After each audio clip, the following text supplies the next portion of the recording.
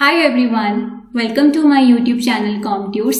I hope you all are learning well with ComTutors.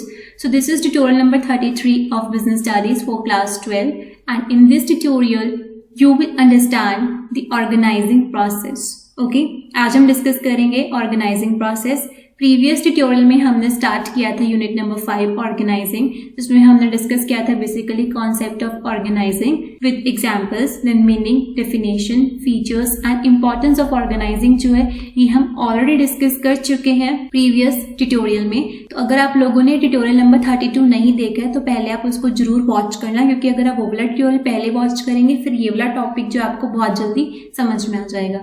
ठीक है, तो चलिए स्टूडेंट स्टार्ट करते हैं हमारा आज का सेशन स्टार्ट करने से पहले अगर आप लोगों ने मुझे इंस्टाग्राम पे फॉलो नहीं किया हुआ तो आप लोग इंस्टाग्राम पर जरूर फॉलो करें, बिकॉज जो भी नोट्स एंड जो भी अपडेशंस होती है वो मैं साथ के साथ इंस्टाग्राम पे शेयर करती हूँ. एंड इसके साथ ही अगर आपको कोई भी डाउट होता है बिजनेस स्टडीज में तो आप मुझे इस व्हाट्सएप नंबर पर मैसेज करके जो अपने डाउट्स क्लियर कर सकते हैं. ठीक है, तो चलिए स्टूडेंट स्टार्ट करते हैं हमारा आज का सेशन जो कि है ऑर्गेनाइजिंग प्रोसेस. देखो, ऑर्गेनाइजिंग का मतलब क्या होता है? Organizing is a means for translating plans into action, यानी जो हमने प्लानिंग स्टेप पर प्लान्स बनाए हैं अब हम उसको एक्शन में लेकर आते हैं. किस स्टेप पर? ऑर्गेनाइजिंग स्टेप पर. ठीक है, बहुत आसान और बहुत छोटा सा प्रोसेस है ऑर्गेनाइजिंग का, बहुत ज़्यादा इजी है.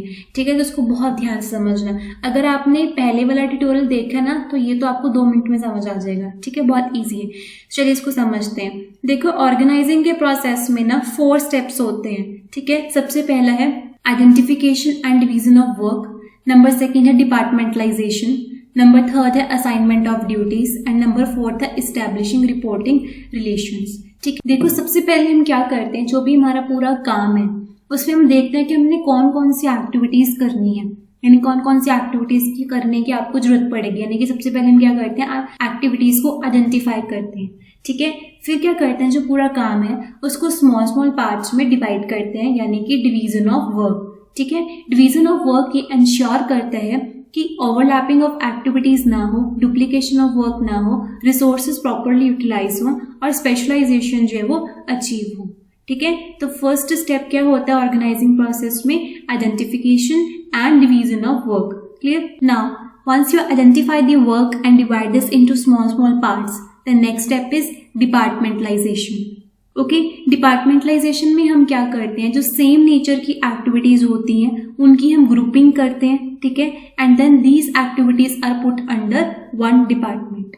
ओके, आफ्टर डिपार्टमेंटलाइजेशन हम क्या करते हैं, ड्यूटीज असाइन करते हैं, यानी कि राइट पर्सन को राइट जॉब पर प्लेस करते हैं. ठीक है, उसके बाद एक रिपोर्टिंग रिलेशन जो वो एस्टेब्लिश करती है, यानी कि कौन किसका सुपीरियर है, कौन किसका सबऑर्डिनेट है, किसने किसको रिपोर्ट करना है.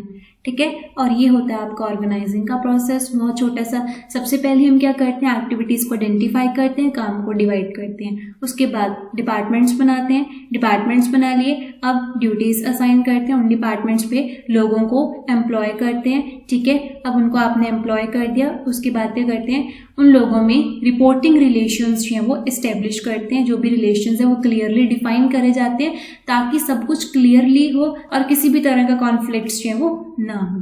ठीक है, तो आइए अब इस प्रोसेस को और अच्छे से क्लियर करते हैं. नंबर 1 स्टेप है identification and division of work. The first step in the process of organizing is identification and division of work as per the predetermined plans. यानी कि जो आपने प्लान्स बनाए हैं उनके अकॉर्डिंगली आप एक्टिविटीज को आइडेंटिफाई करते हो और फिर काम को डिवाइड करते हो.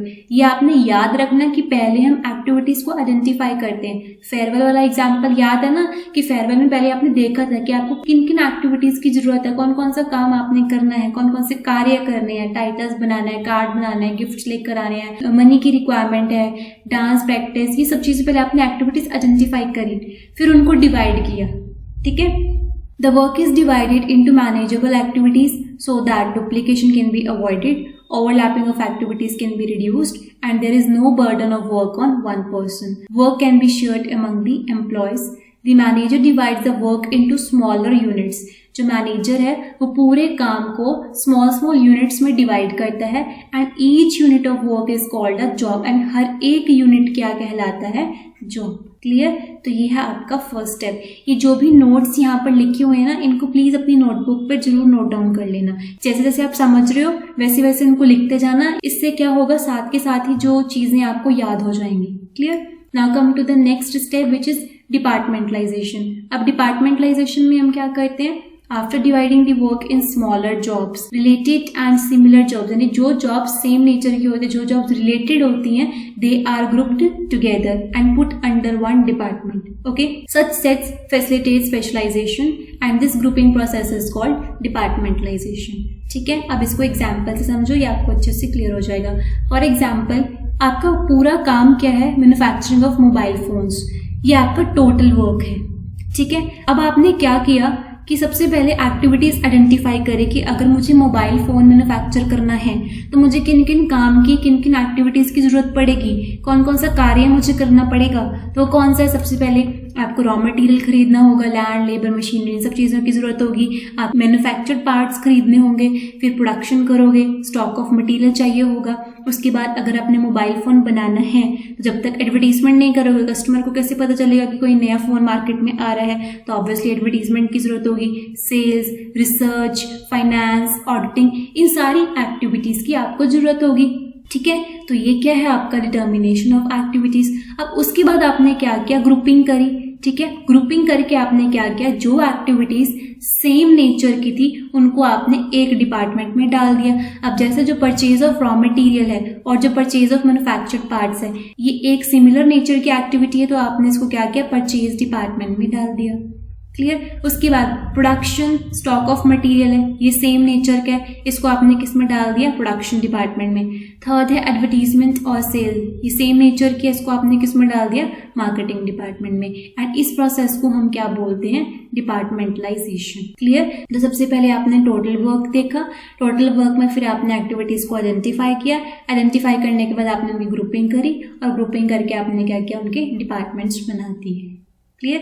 ये एग्जाम्पल आपने जरूर याद रखना है। और अगर आपको पेपर में ऑर्गेनाइजिंग का प्रोसेस आता है तो try to make this diagram also, इससे आपको ज्यादा मार्क्स मिलते हैं। ठीक है, ये छोटी छोटी बातें आपने जरूर याद रखनी है। उसके बाद जो डिपार्टमेंटलाइजेशन होती है ना, वो दो तरह से होती है। ठीक है, एक होती है आपकी फंक्शनल डिपार्टमेंटलाइजेशन और एक होती है आपकी डिविजनल डिपार्टमेंटलाइजेशन। देखो, फंक्शनल डिपार्टमेंटलाइजेशन कौन सी डिपार्टमेंटलाइजेशन होती है, इसमें हम क्या करते हैं, जो सेम नेचर की एक्टिविटीज होती हैं उनको एक ही डिपार्टमेंट में डाल देते हैं। ठीक है, जो भी आपने एग्जाम्पल समझा ये वाला, ये आपका फंक्शनल डिपार्टमेंटलाइजेशन का ही एग्जाम्पल है। ठीक है, अब जैसे इसमें जो एक्टिविटीज परचेज के रिगार्डिंग है, purchase of raw material, purchase of manufactured parts, वो आपने एक ही डिपार्टमेंट में डाल देनी, परचेज डिपार्टमेंट में। ठीक है, तो जब हम सेम नेचर की एक्टिविटीज को एक डिपार्टमेंट में डाल देते हैं, वो क्या होता है, आपका फंक्शनल डिपार्टमेंटलाइजेशन।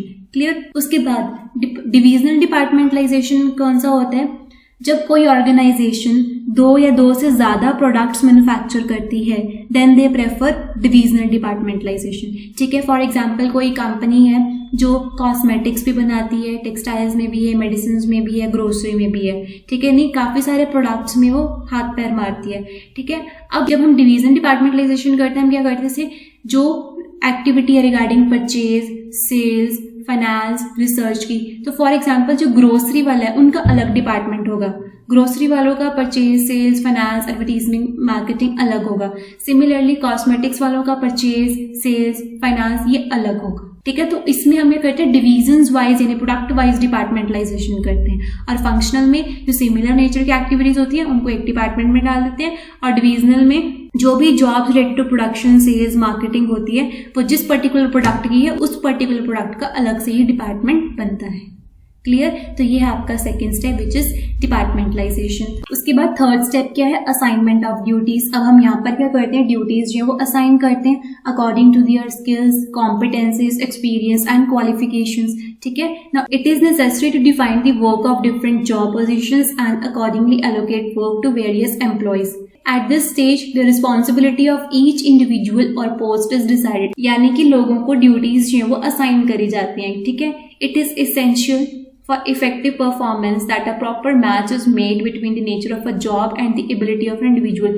जब भी आप ड्यूटीज असाइन कर रहे हो तो ये देखो कि वो जो जिस पर्सन को आप जो जॉब दे रहे हो, क्या पर्सन को उस चीज की नॉलेज है या फिर नहीं। ठीक है, अगर आपको अच्छे रिजल्ट्स चाहिए तो इट इज मैंडेटरी कि जो नेचर ऑफ जॉब है और उस पर्सन की, उस इंडिविजुअल की जो एबिलिटी है वो प्रॉपर मैच करनी चाहिए। ठीक है, तो जब भी आप ड्यूटीज असाइन करते हैं हमेशा ये देखना चाहिए कि वो जिस पर्सन को आप जो ड्यूटी दे रहे हो क्या पर्सन को उस चीज के बारे में नॉलेज है भी या फिर नहीं, क्योंकि अल्टीमेटली पर्सन का तो लॉस हो जाए ना, लेकिन ऑर्गेनाइजेशन इससे लॉसेस में जरूर चली जाती है। ठीक है, तो जिस पर्सन को परचेज की नॉलेज है उसको परचेज डिपार्टमेंट में एम्प्लॉय किया जाएगा, जिस पर्सन को फाइनेंस की नॉलेज उसको फाइनेंस डिपार्टमेंट में एम्प्लॉय किया जाएगा। ठीक है, so it is essential for effective performance that a proper match is made between the nature of a job and the ability of an individual. Clear? Now the work must be assigned to those who are best fitted to perform it well.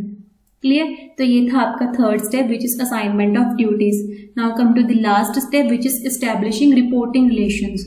Now इस step पे हम क्या करते हैं, एक superior subordinate relation जो clearly define करते हैं। Everybody should know as to who is the superior and who is the subordinate. ठीक है, so merely allocating work is not enough.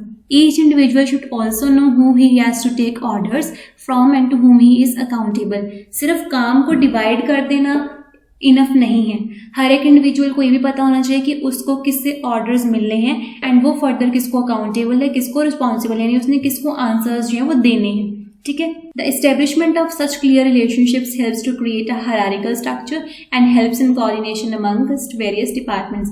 जब आप रिपोर्टिंग रिलेशंस जो वो क्लियर कर देते हो, इससे किसी भी तरह की कॉन्फ्लिक्ट्स जो है वो नहीं आते, एक कोऑर्डिनेशन जो वो बना रहता है और ऑर्गेनाइजेशन में जो काम है वो सही तरीके से होता है एंड ऑब्वियसली ऑर्गेनाइजेशन के जो गोल्स हैं वो इफेक्टिवली एंड एफिशिएंटली जो है वो अचीव होते हैं और ऑर्गेनाइजेशन भी अपनी फंक्शनिंग जो है वो स्मूथली रन करती है। अगर हम रिपोर्टिंग रिलेशंस जो वो क्लियर नहीं करेंगे, जो भी पर्सनल है ऑर्गेनाइजेशन में उनको ये नहीं पता होगा कि उनका सुपीरियर कौन है, उनका सबॉर्डिनेट कौन है, उनका मैनेजर कौन है, तो इससे क्या होगा, ऑब्वियसली कंफ्यूजन्स भी क्रिएट होंगे और कॉन्फ्लिक्ट्स भी अराइज होंगे। ठीक है, सो रिपोर्टिंग रिलेशंस जो है एस्टैब्लिश करना is very much mandatory.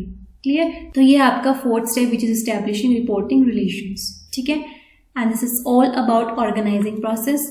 I hope ये ऑर्गेनाइजिंग प्रोसेस जो आपको क्लियर हो गया होगा। आपकी पूरी बुक में आई थिंक सबसे छोटा प्रोसेस ऑर्गेनाइजिंग का ही है। ठीक है, और बहुत आसान भी है। ठीक है, तो इसको जैसे जैसे मैंने आज आपको समझाया है ना, वैसे वैसे इसको अपनी नोटबुक पर जरूर नोट डाउन करते रहना। इससे क्या होगा, आपके नोट्स भी बनते रहेंगे, आपकी प्रिपरेशन भी होती रहेगी एंड आपको एग्जाम टाइम में जो है वो कोई दिक्कत भी नहीं आएगी। ठीक है, तो लास्ट में स्टूडेंट्स, अगर ये ट्यूटोरियल आपके लिए हेल्पफुल रहा है तो please do share your valuable feedback in the comment section as your feedback matters a lot, and also do share these tutorials and my channel with your friends and your classmates too, ताकि ज़्यादा से ज़्यादा commerce के students इस channel के साथ जुड़े। And ये ट्यूटोरियल आपको अच्छे समझ में आया है तो वीडियो को लाइक जरूर करें। एंड लास्ट में guys, thank you, bye bye, take care, have a great day ahead, study smart and stay motivated.